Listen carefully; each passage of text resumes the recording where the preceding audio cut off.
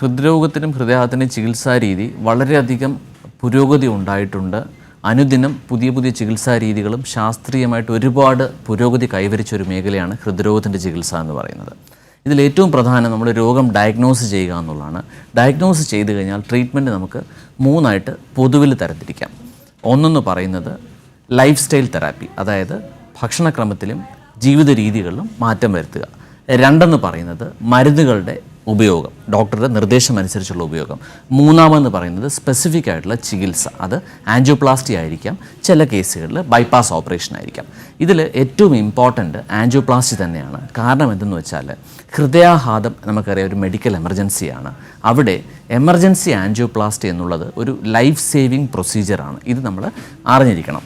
ഹൃദയാഘാതമാണെന്ന് diagnose ചെയ്താൽ അത് angioplasty, emergency angioplasty അഥവാ പ്രൈമറി ആൻജിയോപ്ലാസ്റ്റി എത്രയും പെട്ടെന്ന് ചെയ്ത് ആ ബ്ലോക്ക് വന്ന രക്തധമനിയെ തുറന്ന് അവിടെ രക്തയോട്ടം പുനഃസ്ഥാപിക്കുക എന്നുള്ളതാണ് ചികിത്സയുടെ ഏറ്റവും ഇമ്പോർട്ടൻറ്റും ഏറ്റവും എമർജൻസി ആയിട്ടും ഷോർട്ടസ്റ്റ് പോസിബിൾ ടൈമിൽ ചെയ്യേണ്ട ചികിത്സ ഹൃദയാഘാതത്തെ സംബന്ധിച്ച്. കാരണം അവിടെ ഓരോ മിനിറ്റും നമുക്ക് വിലപ്പെട്ടതാണ്.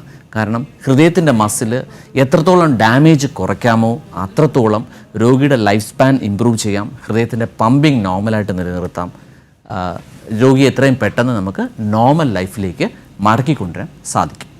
ബൈപ്പാസ് സർജറി പൊതുവിൽ വളരെ ഗുരുതരമായ ഹൃദ്രോഗം, അതായത് ഹൃദയത്തിൽ നമ്മൾ ആൻജിയോഗ്രാം ചെയ്യുന്നു, ബ്ലോക്ക് ഉണ്ടെന്ന് കാണുന്നു, വളരെയധികം ബ്ലോക്കുകളുണ്ട് അല്ലെങ്കിൽ വളരെ കോംപ്ലിക്കേറ്റഡ് ബ്ലോക്കുകൾ ഉണ്ടെങ്കിൽ മാത്രമാണ് ബൈപ്പാസ് സർജറി ചെയ്യുക പൊതുവിൽ ഡോക്ടർ നിർദ്ദേശിക്കാറുള്ളത്. കാരണം ആൻജിയോപ്ലാസ്റ്റി ഇന്ന് ഒരുപാട് പുരോഗതി കൈവരിച്ചിട്ടുണ്ട്. ഹൃദയാഘാതത്തിൽ, ഹാർട്ട് അറ്റാക്കിൽ ആൻജിയോപ്ലാസ്റ്റി തന്നെയാണ് ഏറ്റവും ഉത്തമമായ ചികിത്സാ രീതി.